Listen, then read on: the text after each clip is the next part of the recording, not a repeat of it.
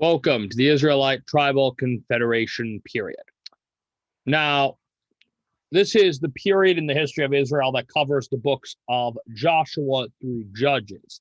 So this is kind of a difficult period to date in terms of human history because we're not really 100% sure when the period happens because of the fact that there's some issues with dating when Exodus happened, right?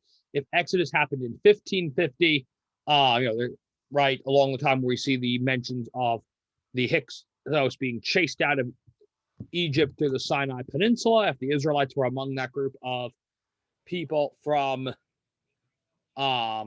Judea, from Canaan being chased out, then this period might have started as early as the 1500s BC. If it happened under the reign of Tutmos IV, would have been closer to 1440s, 1460s, that BC. If it happened during the reign of Ramesses, we're probably looking at something in the 1200 BC area, like 1227-ish. For when the Exodus began. So this period would be a little bit after that, maybe the 1100s BC. So when exactly this is in terms of exact lineup with secular history is a little dubious, but it's definitely around the end of the late Bronze Age. Now, one of the things we want to understand is what was happening with the Israelites prior to this. After the whole business with Exodus and getting the 10 Commandments, Moses comes down off the mountain with the laws that God has written. Now, Moses was up on top of Mount Sinai for a good few days. And while he was up there, the Israelites became disturbed that he might not, lack of a better word, that he might not be alive anymore. He'd been up on the mountain for a good deal of time and no one had heard of him from him. So they decide they're going to make themselves an idol. They're going to make themselves a statue that they believe represents and is the dwelling place of the God who brought them out of Egypt. So Aaron, relative of Moses, makes this a golden calf, a golden cow. And this golden calf becomes an idol for the Israelites. Now, Moses is still up on the mountain getting the 10 Commandments from God, getting these orders saying, among other things, no idols. And God sees what the Israelites are doing, and he's like, okay, enough of this. I'm just going to get rid of them. Moses, I'll start a brand new people right off of you. And Moses says, no, don't let the Egyptians be able to say that, he brought them out of the land of Egypt just to, kill them all in the desert. I'll go down there, I'll speak to them. So Moses goes down and he sees the people there, worshiping this idol. They're drinking, they're engaged in all kinds of sin, and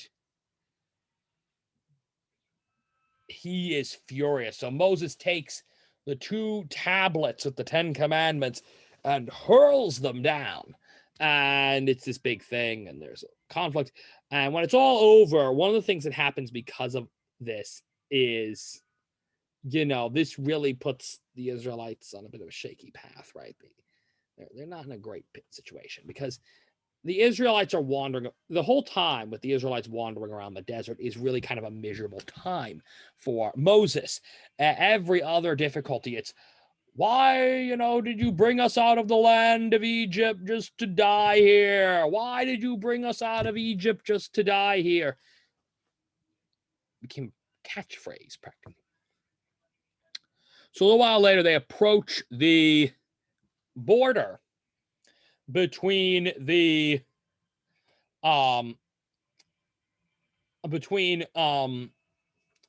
themselves between the Sinai Desert and the land of Israel, the land of Canaan. And when they send forward a couple of scouts to sort of scout out the land, and they notice a set of, incredibly large, fierce-looking warriors. And the scouts report the Israelites can't do it. They can't beat it. And so between all this, God kind of gets fed up and says, look, you guys are going to wander the desert for the next 40 years. Between them not listening to God's orders on the commandments and then not trusting in God to deliver them, they're given a sentence of 40 years to wander the desert. And they wander about the desert. And at the end of it, Moses actually dies. Moses never actually crosses the River Jordan into the promised land. That is done by his second in command, Joshua. And it's with Joshua that we actually pick up. So let's take a look at that. So one of the things we got to get familiar with are the 12 tribes of Israel. Israel was roughly split into 12 tribal groups who are named, according to biblical tradition, from the sons of Jacob, except for the tribes of Ephraim and Naphtali, which are actually, I believe, is Ephraim and Naphtali, which are the names for the descendants of the sons of Joseph with the multicolored coat, Joseph. So these are where the tribes ultimately settled. There is the tribe of Asher, the tribe of Naphtali, the tribe of Zebulun, Issachar, Manasseh, Ephraim, Gad, Benjamin, Judah, Shimon, Reuben, and Dan. Now, this is about where they tended to settle. So, this was the expanse of ancient Israelite territory. So, now you'll notice there's a bit of coastline that's left unoccupied. We're going to talk about that coastline a little bit. You'll also notice that a lot of modern folks don't really realize at first is how far these boundaries go. For example, Manasseh stretches across the Jordan River, right? Forget the conflict over the West Bank. They're all the way in the East Bank of the Jordan River. Same can be said of the tribes of Gad and Reuben. It's not meant to necessarily endorse or deny any modern statehood claims based on that. It's very interesting. All right, so Joshua and Jericho. Now, as we all know, the Israelites, by the time they get there, there's people already living in this land. And the first city they really come across is Jericho. Now, Jericho is a bit of an interesting business. Jericho is the oldest city in the world. And that's just a fact of science. The city was established circa 8,000 BC. This city was founded 10,000 years ago. To give you a sense of scale, the standard of Ur, a famous artifact from Mesopotamia, was from circa 2900, 2800 BC. Some of our earliest Egyptian tombs and descriptions of Egyptian settlement are maybe only from 4000 BC tops. Jericho is old. In fact, it is so old, many call them a sort of mega town, by which this is referred to the fact that for a good deal of Jericho's history, they didn't have the formal hierarchies necessary to call themselves a civilization or a city. And so this was a well-established part of the world. Jericho was ancient when Israel was still young. And Jericho was ancient when Egypt was still young. To give you a sense of scale, by the time they establish First Dynasty Egypt, in the or yeah, I think it was first dynasty, first kingdom, early kingdom Egypt, Jericho is already over 4,000 years old. Now, I like to hype it up a little bit just so you know how big of what kind of big deal this was. But this was on the land that God had given to the Israelites. And the Israelites had to pass by the city and had to conquer it. So they really don't have the forces for a conventional assault. The guards of Jericho outnumber the Israelites, and they have the advantage of a fortified wall. So one of the descriptions we get in the Bible is of a miracle. It describes Joshua leading the Israelites where the priests go before the Israelites, carrying the Ark of the Covenant. And they round the city 7 times.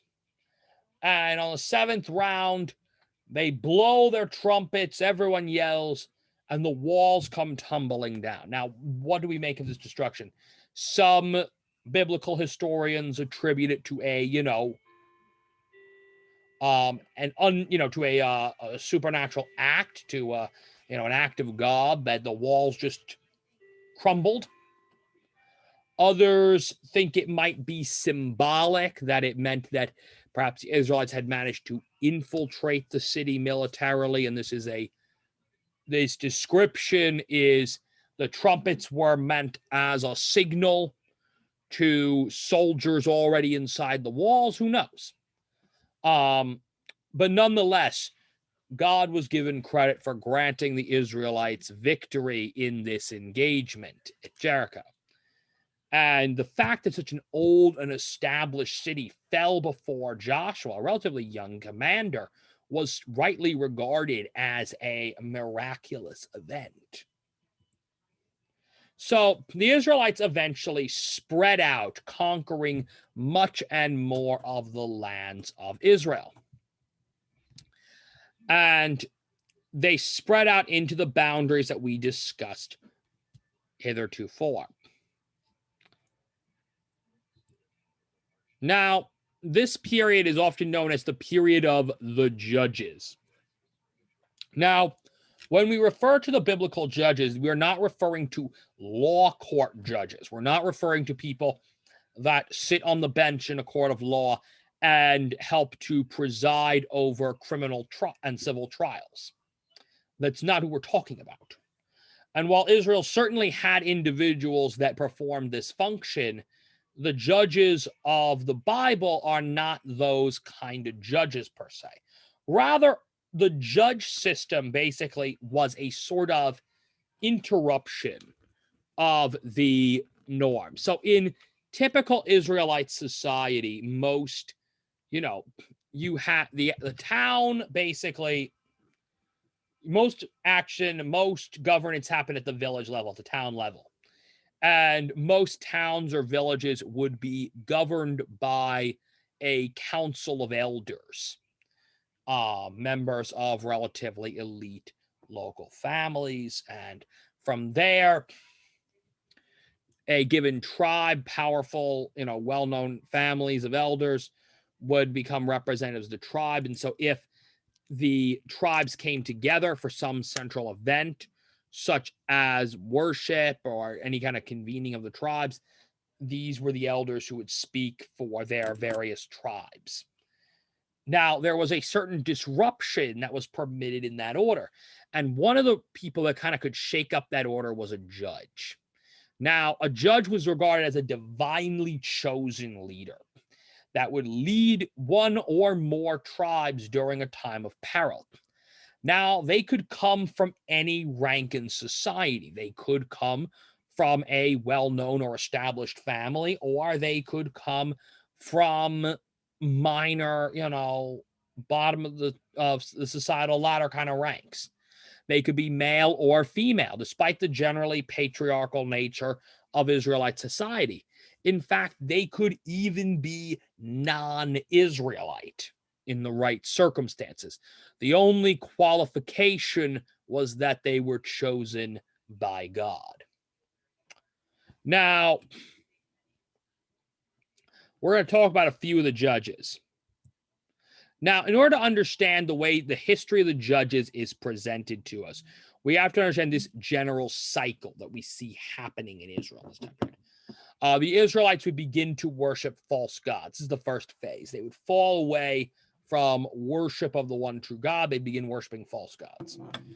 In stage 2, God allows Israel to fall into the power of pagan neighbors. So various pagan people, the Ammonites, the Amorites, the Philistines, you name it, the Edomites, would be allowed to conquer the Israelites. After the suffering of the people was made known, God would raise up a judge to lead Israel. The judge would ultimately prevail in defeating the foreign pagan host and would restore prosperity. Of course, inevitably, this would fall apart again. The cycle would continue. Now, there are still some debates. Did the judges happen exactly one after another, or were some judges contemporaries? Not many judges can be said to have commanded all of Israel. So there is certainly an argument to be made that potentially some of these judges could have been contemporaries. All right, so let's talk about some of these judges by name. Othniel, he defeated King Kushan Rish Athaim of Aram. Ehud. Now, Ehud was interesting. He was born a Benjaminite, and he assassinated the king of Moab. Now, he later would lead the tribe of Ephraim against the Moabites in battle. Now, fun fact, Ehud was left-handed. Being left-handed was not amazingly common in Israel this time, or in much of the world, really. Us left-handed folks tend to be a little on the rarer side. So Ehud, in kind of novel strategic genius, played this to his advantage. So he goes before the Moabite king, claiming to be offering, gifts of, submission, and he hides a dagger within his garb. And while everyone's searching him and whatnot, they don't notice it. When it comes time when he's presenting this gift to the king, he pulls it out and stabs him with his left hand. The king wasn't expecting it. He later then sneaks out of the palace while the Moabite king is dead and leads Israel on a surprise attack against the Moabites.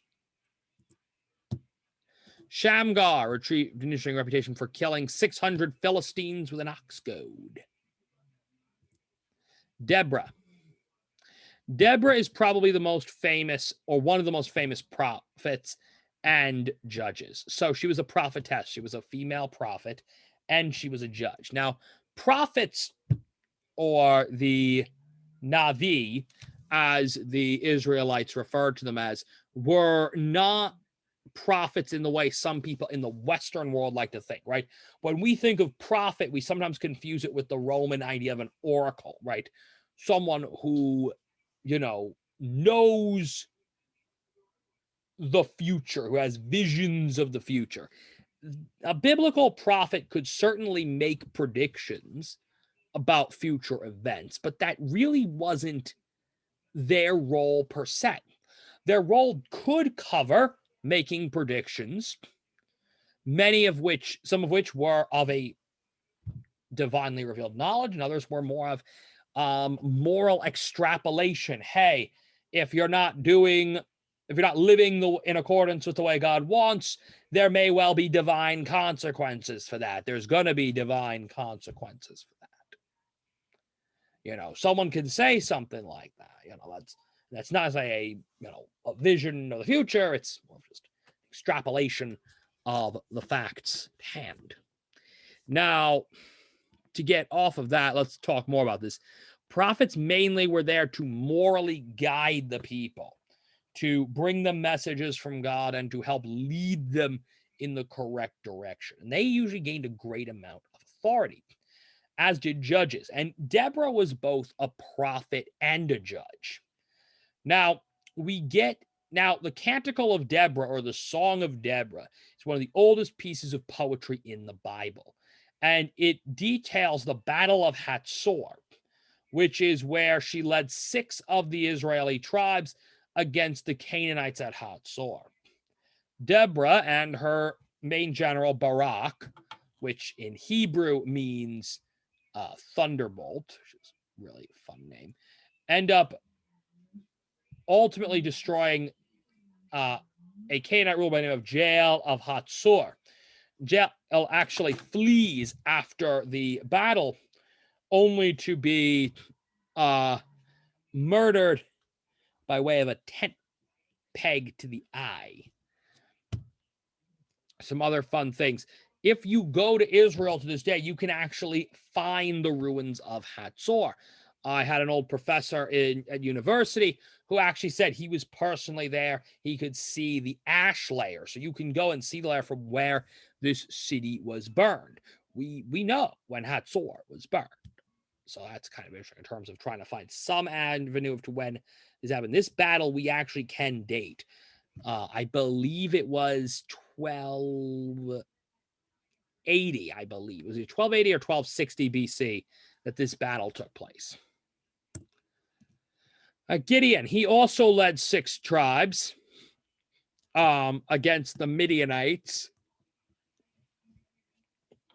He famously took the name of, he was also sometimes known as Jerubbaal,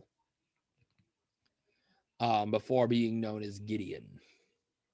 This is kind of interesting, the title of Jerubbaal, because many of us associate Baal with, the pagan thunder deity. So what is a good Jewish Israelite man doing with a name like that? Historians aren't really 100% sure. But one popular theory among some biblical historians is that the title of Baal, meaning Lord, may have at one time been used by both the Canaanites and the Israelites as kind of just a neutral expression meaning Lord.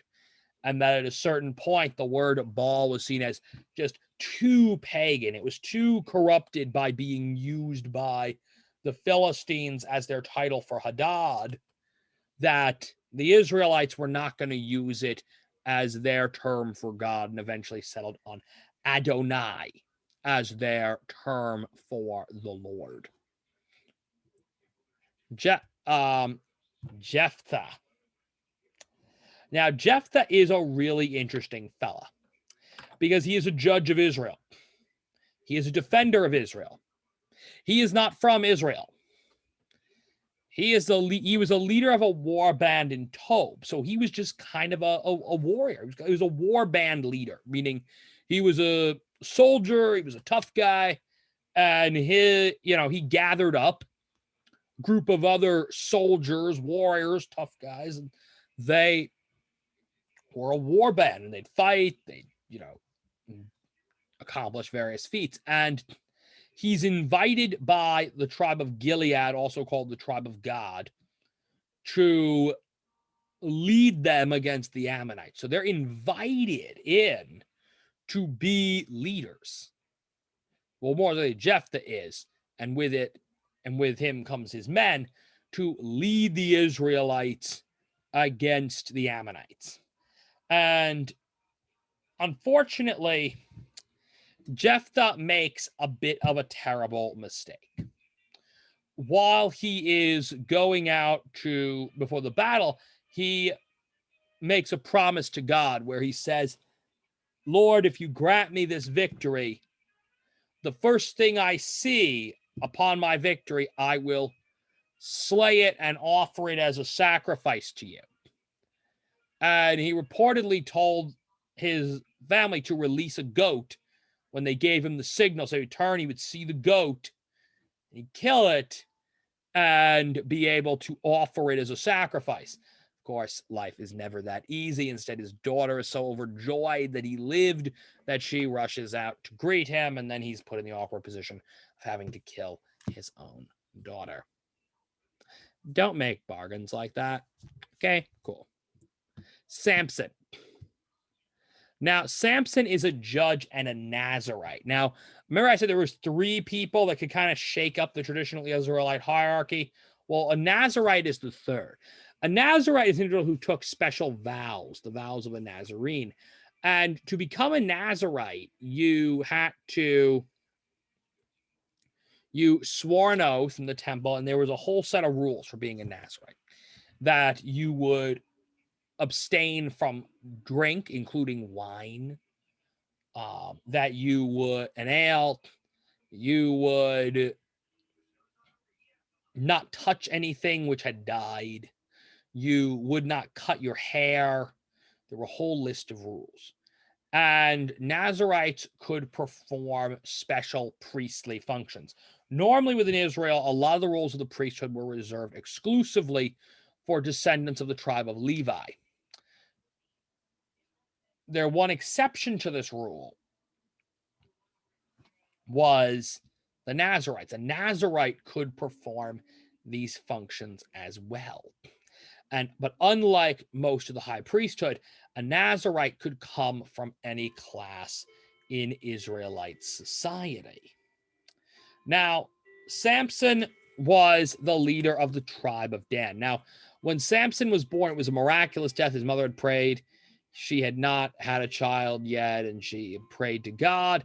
And Samson is born. He's dedicated from birth as a perpetual Nazarite, that he is to obey a Nazarite's vow for the rest of his life. That means no cutting his hair, no touching dead things, no drinking, etc., etc. And later on, Samson is an unnaturally strong man. And as a result of his moral and physical strength, God makes him a leader of the tribe of Dan. Now, at the time, the tribe of Dan was fighting with a pagan people known as the Philistines. And Samson would later go on to lead against the Philistines. He famously, fighting Philistines with even just improvised donkey's jawbone as a weapon. Ultimately, though, he is betrayed. Samson is betrayed by Delilah, a woman bribed by the Philistine princes to betray him. She eventually learns that the power he gets from God is conditional on his Nazarite vow. So in his sleep, she cuts off his hair. Samson, in a weakened state, is easily captured by the Philistines. He's blinded and he's bound up in a temple dedicated to a pagan god. And he prays to our Lord and he says, look, give me strength, God, one last time. And God does. And according to Book of Judges, Samson grabs hold of the pillars and he pushes them out. The temple caves in. And with that one act, he killed more Philistines in his life. His death than he did with his life. And from there, the tribe of Dan is able to liberate itself from Philistine occupation. And now we are at Samuel. Now, Samuel is the last judge of Israel. He definitively controlled all 12. He was a triple threat. He was a judge, he was a Nazarite, and he was a prophet. And he would have the unique honor of anointing, of naming not one, but 2 kings of Israel within his time. So he would leave a definitive mark on the history of Israel, on the history of world salvation, and the history of the Jewish people, the Christian people, etc. So that concludes our discussion on Samuel. I hope you all have a wonderful evening, and I will see you next week.